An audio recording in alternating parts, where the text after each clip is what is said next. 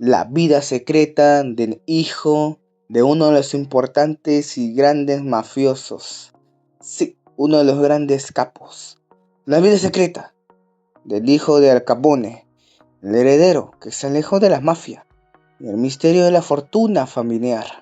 Así que, si no quieres perderte nada, pues quédate hasta el final de todos los detalles que te estaré dando aquí en este canal. Sin nada más, empecemos. Sonny nació con una discapacidad auditiva y fue el único hijo del capo de la mafia. Una vez adulto, se alejó en forma definitiva de las actividades ilícitas de su padre, el Capone, junto a su hijo Sonny. Nadie lleva con orgullo el peso de un apellido como Capone, y mucho menos cuando se trata de heredar un imperio clandestino. En una mañana gris de aquel año 1952, un hombre camina por las calles en Palm Island, Florida, oculto en el anonimato de sus gafas oscuras. Es un hombre que rehúye en las miradas de otras personas. Su nombre es Albert Francis Capone, pero solo acepta que le digan Sonny, hijo único de Alphonse Capone, el emperador de la mafia de Chicago. Sonny trata de vivir la vida de un hombre normal y el apellido más temido de Estados Unidos. Durante décadas, Al Capone fue el rostro de una ciudad entera bajo su puño. Chicago, en los años 20 y 30, era un tablero sangriento. El llamado Scarface era dueño de cantinas y burdeles. El apellido Capone se escribía con sangre en la prensa y se pronunciaba con miedo en las casas. El mundo entero conocía a papá, pero nadie me conocía a mí, dijo Sonny. Le confesó alguna vez Sonia Capone a un periodista que insistió en encontrar en él los gestos de su progenitor. Cuando Alphonse Capone compró su casona en Palm Island, blindó sus puertas para defenderse de un mundo exterior que en sus últimos años terminó por darle la espalda. En esas habitaciones impregnadas de miedo, Mae Capone, la esposa, cuidaba de un esposo cada vez más errático, mientras la policía rondaba y espiaba los límites de su propiedad. En el comedor, con la mesa siempre puesta para una multitud que ya no llegaba, Sonny pasaba sus días. No parecía hijo de ese hombre célebre capaz de ordenar un asesinato con una llamada. ¿Tú eres de la familia Capone?, solía preguntar alguna vez vecinos descuidado al notar su apellido en el formulario bancario. Eso dicen, contestaba él, sin emoción, pero los Capone en verdad ya no existen. Muchos creyeron que el hijo del mafioso se convertiría en su gran heredero natural. Los rumores lo señalaban como el sucesor de la organización. Apenas Scarface le sucumbiera así ante la demencia paralizante que lo dejó la sífilis. Pero Albert Francis Capone no sería Al Capone II, sino Sonny, un gran sobreviviente, el niño sordo que no debía escuchar los secretos del clan. Hubo un tiempo en que Sonny fue apenas un niño con problemas de audición, diagnosticado por médicos de Chicago desde muy pequeño. Atrapado entre la sobreprotección de su madre y la admiración de sus tíos mafiosos, pasaba las tardes intentando descifrar las conversaciones a medias. Sabía leer los labios antes de aprender a leer texto. La discapacidad resultó una suerte de armadura familiar. Nadie le confiaba los secretos más oscuros del clan, temiendo que pudiera repetir alguna frase suelta en la escuela o ante un desconocido. A medida que los años avanzaban y las redadas eran más frecuentes, la familia Capone blindó su círculo aún más. Sonny acudía a colegios caros bajo el apellido Brown, la coartada predilecta de los descendientes de criminales célebres. Aprendió a moverse entre dos identidades: el muchacho silencioso y educado que asistía a misa los domingos, y el heredero de una fortuna que ya se evaporaba, perseguida por los fiscales de los Estados Unidos. Un apellido como condena.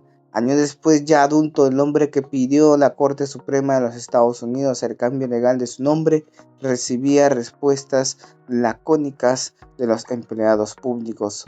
¿Por qué quieres cambiarte el nombre?, le dijeron el juez. Porque en este país llamarse Capone es perder libertad, dijo Sonny, midiendo bien las palabras conscientes del eco de su confesión. La historia oficial consigna que el pedido de cambio de nombre fue denegado. Sonny Capone continuó siendo, en documentos y en la memoria colectiva, el hijo único del mafioso más temido de la historia moderna de los Estados Unidos. Pero en la práctica se inventó decenas de identidades, trabajó de mecánico, de vendedor y hasta de agente de inmobiliarias en California, el mito del heredero de la mafia. La prensa insistía en buscar en Sonny una continuación de la leyenda. Cada vez que aparecía en público, algún reportero trataba de sonsacar la historia, disparos y reuniones clandestinas. Un fotógrafo lo abordó en Los Ángeles mientras salía con su hija del cine, que le dijo: ¿qué se siente ser el hijo del hombre más poderoso de Chicago? Le disparó el hombre con la cámara a medio alzar. Nunca lo fui, dijo Sonny, clavando los ojos en la vereda. Nunca entendí por qué lo llaman poder. Mike Capone quizás fue el último testigo de la vida auténtica detrás de los muros de Palm Island. Sufrió humillaciones, traiciones y ausencias en serie. Bajo la sombra constante de agentes federales y miradas indiscretas, su matrimonio se sostuvo por inercia en un contrato táctico de aguante y protección mutua. Sonny le debía a esa mujer parte de su propio destierro. Fue ella quien le insistió una y otra vez que nunca hablara en público sobre los negocios de la familia, que sus respuestas fueran siempre vagas o sin afecto, que no contestara nunca a los periodistas de la radio ni a los curiosos que se acercaban a la parroquia. Cuando Al Capone cayó en desgracia, expulsado de la mafia, repudiando por sus socios y finalmente reducido a una caricatura de sí mismo, Mike y Sonny cerraron la última puerta del pasado. La muerte como liberación, sífilis, demencia y un funeral sin luto. Al final de Al Capone fue tan miserable como legendario, postrado, arrastrando pasos con su mansión, rodeado de vacíos, aterrorizado por los fantasmas de sus víctimas y por el brillo espectral de las sirenas policiales que nunca llegaban. La sífilis contraída 2 décadas antes del arrebato de la cordura y la autoridad. Papá ya no reconocía a nadie, relató Sonny a un medio en el hospital. A veces me hablaba como si fuera uno de sus guardaespaldas o como si yo fuera un cajero de banco al que había que amedrentar. El funeral fue sin multitudes, sin grandes coronas ni capos mafiosos ocultos entre la multitud. Solo la viuda, el hijo y algunos vecinos discretos. La prensa tituló que el rey de Chicago había muerto como un preso común. Los rumores sobre la fortuna perdida, la pregunta más frecuente que se hacen aún hoy en día es el paradero de la fortuna de Al Capone. Se han escrito libros, reportajes y hasta películas sobre sus supuestos tesoros dispersos en paraísos fiscales y cuentas secretas. Mike y Sonny vivieron modestamente hasta el final de sus días. No hubo herencia millonaria, ni joyas, ni propiedades ostentuosas para el hijo. Y le preguntaron en dónde está el dinero de los Capone. Le preguntaron una vez a Sonny en una entrevista telefónica. En el pasado respondió cortante: quien busca en los comentarios solo encuentra huesos. Según una investigación reciente de la BBC, las autoridades federales lograron retener prácticamente toda la riqueza ilícita e ilícita de los Capones. La mansión de Palm Island se vendió tiempo después de la muerte de Mike, y el dinero apenas alcanzó para saldar deudas personales y pagar funerales discretos. El precio de la invisibilidad. El hijo del mafioso sobrevivió a las tentaciones y a los enemigos solapados. Nunca accedió a cargos dentro de la estructura heredada de su padre. Nunca dirigió prostíbulos ni casinos. Nunca desafió abiertamente la ley. Trabajó en empleos menores y huyó del estado de Illinois con la obstinación de un perseguido. Algunos antiguos socios de Al Capone intentaron reclutarlo en los años 40. Tras la caída del líder, Sonny los recibió en una cafetería de San Francisco, donde la conversación duró apenas 3 minutos. Tu sangre es valiosa, chico, le susurró uno de los exmatones, sirviendo café en una taza rota. Solo si dejo que la derramen, dijo Sonny, antes de levantarse y cruzar la puerta sin mirar atrás. Ese fue el último acercamiento de la mafia. Sonny desapareció del radar y nunca más aceptó tratos. Albert Francis Capone tuvo decencia, pero sus hijos y nietos jamás adoptaron el apellido paterno.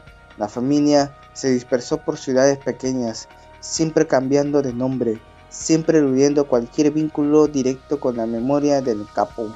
La mayoría de la fortuna del Capone fue incautado por la justicia de Estados Unidos, y recuerdo de la infancia entre armas y secretos. Alphonse Capone en la privacidad doméstica parecía otro, un hombre de rutinas sencillas que preparaba el desayuno mientras la radio anunciaba tiroteos con su nombre incrustado en los titulares. Solo los familiares sabían que la enfermedad había comenzado a ganarle la batalla mucho antes de la cárcel. Los cambios de ánimo, las respuestas agresivas, el alcohol para callar los dolores imaginarios. En cada generación, algún periodista tocaba a la puerta de Sonny o de sus descendientes con el mismo enfoque. ¿Es cierto que su abuelo escondió millones de cajas de seguridad? Lo único que escondió fue decencia respondida, cada vez menos dispuesto a seguir explicando. La vida de Albert Francis Capone terminó en la sencillez. Murió en aquel año 2004, lejos de reflectores, sin que la prensa se agolparara en su funeral. Vivió 85 años en la discreción elegida, a diferencia del ruido de las balas que ordenó disparar su padre Alphonse Capone. Y esto ha sido todo sobre la vida secreta del hijo de Alphonse Capone, el heredero que se alejó de la mafia y el misterio de la fortuna familiar.